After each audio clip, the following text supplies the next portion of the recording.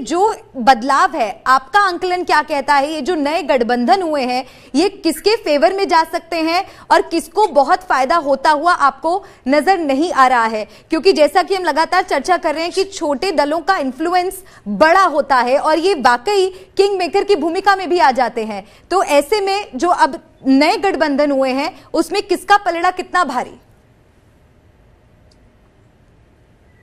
नए गठबंधन होने के बाद ये तो साफ है कि अखिलेश ने अपने राजनीतिक समीकरण और राजनीतिक गोटियों को बिठाने के लिए जो संभव चालें हो सकती थी वो खुद चली हैं।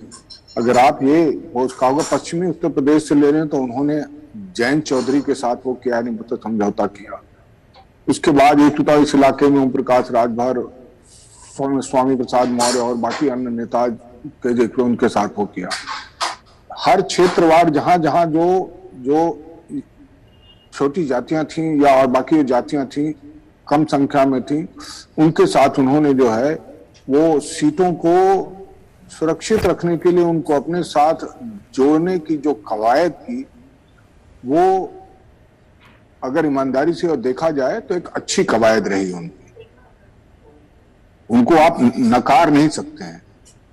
अखिलेश ने ये तो तय है और ये साफ दिख भी रहा है, कम से कम अभी तक जो रोड शो हो रहे हैं, इलेक्शन रैलियां हुई हैं, अगर उनसे आप थोड़ा बहुत अनुमान लगा रहे हैं तो ये है कि अखिलेश जो है इस चुनाव को दिलचस्प बनाने में कामयाब रहे हैं।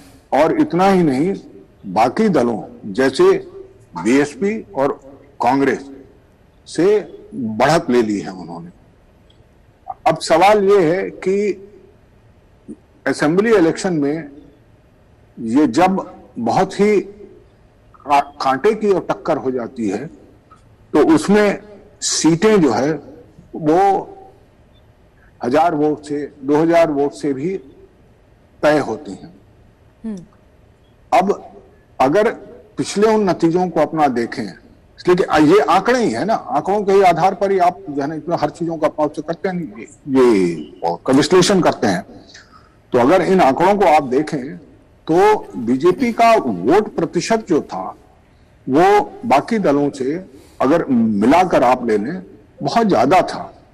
अब विजय जी का जो अपना ये कहना है कि लोकसभा चुनाव के मुकाबले जो है असेंबली इलेक्शन में जो है 10% यानी तो वोट कम हो जाता है, अब कम होता है, लेकिन नीचे वाला भी और बाकी दलों का भी कम होता है।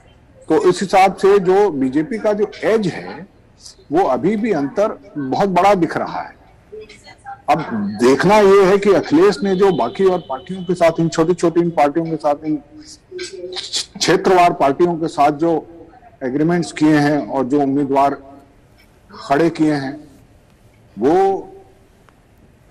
वोट बटोरने में मुझे कितने कामयाब रहेंगे, ये भी एक देखने वाली बात है।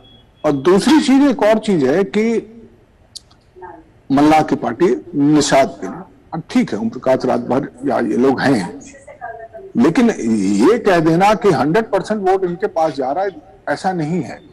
अगर 10,000 वोट है तो बीजेपी ने भी या और बाकी दलों ने भी अपने हिसाब से एक रणनीति खेली है। उन्होंने भी इन दलों के या इन जातियों के वोट को पाने के लिए अपनी अपनी रणनीति, अपने अपने उपाय किए हुए होंगे जी। तो ये उनका भी वोट बढ़ता है। अब है यही कि नतीजे और जब वो आएंगे, सामने आएंगे, तो उसके बाद ये एनालिसिस हो सकती है कि ये नहीं बताना ये कौन किसको किसको नहीं बताना, ये क्या वोट मिला। तो छोटी पार्टियों की भूमिका अहम है, लेकिन छोटी पार्टियां अपने तबके का सारा वोट बैंक ले आती हैं, सारा वोट ले आती हैं, ये कोई भी दावा करता है तो उचित नहीं है।